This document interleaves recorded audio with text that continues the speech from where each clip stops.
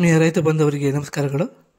ನಿಮಗೆಲ್ಲ ಗೊತ್ತಿರೋ ಹಾಗೆ ಈ ವರ್ಷ ರಾಜ್ಯಾದ್ಯಂತ ವಾಡಿಕೆಗಿಂತ ಹೆಚ್ಚು ಮಳೆಯಾದ ಹಿನ್ನೆಲೆಯಲ್ಲಿ ನಮ್ಮ ಚಿಕ್ಕಮಗಳೂರು, ಕೊಡಗು ಮತ್ತು ಹಾಸನದ ಕೆಲ ಕಾಫಿ ಬೆಳೆಯುವ ಪ್ರದೇಶಗಳಲ್ಲಿ ಕಾಫಿ ತೋಟದಲ್ಲಿ ಕೊಳೆ ರೋಗ ಕಂಡುಬಂದಿದ್ದು ಕಾಫಿ ಬೆಳೆಗಾರರ ನಿದ್ದೆ ಕೆಡಿಸುವಂತಿದೆ. ಸತತವಾಗಿ ಸುರಿಯುವ ಮಳೆ, ಕಡಿಮೆ ಉಷ್ಣತೆ, ಹೆಚ್ಚು ಆರ್ದ್ರತೆ ಹಾಗೂ ತೇವಾಂಶ ಜಾಸ್ತಿಯಾದಾಗ ಈ ರೋಗದ ಬಾಧೆ ಹೆಚ್ಚಲು ಸಹಕಾರಿ. ಸಾಮಾನ್ಯವಾಗಿ ನಾವು ಎರಡು ರೀತಿಯ ಕಾಫಿ ಕೊಳೆ ರೋಗವನ್ನು ಕಾಣಬಹುದು. ಮೊದಲನೆಯದು ಕಪ್ಪು ಕೊಳೆ ರೋಗ, ಮತ್ತೊಂದು ತೊಟ್ಟು ಕೊಳೆ ರೋಗ. ಕಪ್ಪು ಕೊಳೆ ರೋಗವನ್ನು ಬ್ಲ್ಯಾಕ್ ರಾಟ್ ಅಂತ ಕರಿತೀವಿ. ಇದು ಕೊಳೆರೋಗ ನಾಕ್ಸಿಯಾ ಎಂಬ ಶಿಲೀಂಧ್ರದಿಂದ ಬರುವಂಥದ್ದು. ಹಾಗೆ ತೊಟ್ಟು ಕೊಳೆ ರೋಗವನ್ನು ಸ್ಟಾಕ್ ರಾಟ್ ಅಂತ ಕರಿತೀವಿ. ಇದಕ್ಕೆ ಕಾರಣವಾದ ಶಿಲೀಂಧ್ರ ಕೊಲೆಟೋಟ್ರಿಕಮ್ ಗ್ಲಿಯೋಸ್ಪೋಡಿಸ್. ಇನ್ನು ಈ ರೋಗದ ಗುಣಲಕ್ಷಣಗಳು ಏನು ಅಂತ ನೋಡೋದಾದರೆ, ಈ ರೋಗ ಬಾಧಿತ ಗಿಡಗಳಲ್ಲಿ ಕಾಯಿಗಳು, ಎಲೆಗಳು ಮತ್ತು ರೆಕ್ಕೆಗಳು ಕಪ್ಪು ಬಣ್ಣಕ್ಕೆ ತಿರುಗಿ ಕೊಳೆಯಲು ಪ್ರಾರಂಭಿಸುತ್ತವೆ. ಹಾಗೆ ಈ ರೋಗ ಜಾಸ್ತಿ ಆದಾಗ ಕಾಯಿಗಳು ಉದುರುತ್ತವೆ. ಈ ರೋಗದ ತೀವ್ರತೆ ಜಾಸ್ತಿ ಆದಾಗ ಇಳುವರಿ ಕುಂಠಿತಗೊಳ್ಳುತ್ತೆ. ಹಾಗೆ ಕಾಫಿ ಬೆಳೆಗಾರರು ಆರ್ಥಿಕ ನಷ್ಟ ಅನುಭವಿಸಬೇಕಾಗುತ್ತೆ.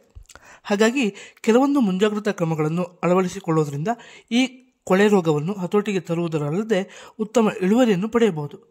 ಆ ಮುಂಜಾಗ್ರತಾ ಕ್ರಮಗಳು ಯಾವುದು ಅಂತ ನೋಡೋದಾದರೆ, ಮೊದಲನೇದಾಗಿ ರೋಗಬಾಧಿತ ಕಾಫಿ ಕಾಯಿಗಳು, ಎಲೆಗಳು ಮತ್ತು ರೆಕ್ಕೆಗಳನ್ನು ಸಂಗ್ರಹಿಸಿ ಸುಟ್ಟು ಹಾಕೋದು, ತೋಟದಲ್ಲಿ ನೀರು ನಿಲ್ಲದಂತೆ ಚರಂಡಿಗಳನ್ನು ಸೋಸೋದು, ಗಿಡದ ನೆತ್ತಿಯನ್ನು ಬಿಡಿಸೋದು, ಅನುಪಯುಕ್ತ ಚಿಗುರುಗಳನ್ನು ತೆಗೆದು ಉತ್ತಮವಾಗಿ ಗಾಳಿ ಆಡುವಂತೆ ಮಾಡೋದು.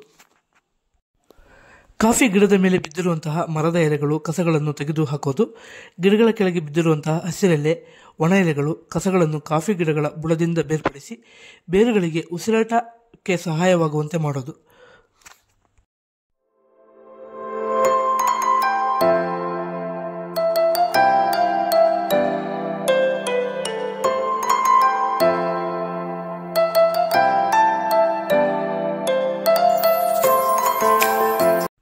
ಇನ್ನು ರಾಸಾಯನಿಕಗಳನ್ನು ಬಳಸಿ ಹತೋಟಿಗೆ ತರೋದಾದರೆ, ಮೊದಲಿಗೆ ಮಳೆಗಾಲದ ಸ್ವಲ್ಪ ಮುಂಚೆ ಮತ್ತು ಮಳೆಗಾಲದ ಬಿಡುವಿನಲ್ಲಿ ರೋಗಬಾಧಿತ ಗಿಡಗಳಿಗೆ 1% ಬೋರ್ಡೋ ದ್ರಾವಣದ ಸಿಂಪಡಣೆಯನ್ನು ಮಾಡಬೇಕು.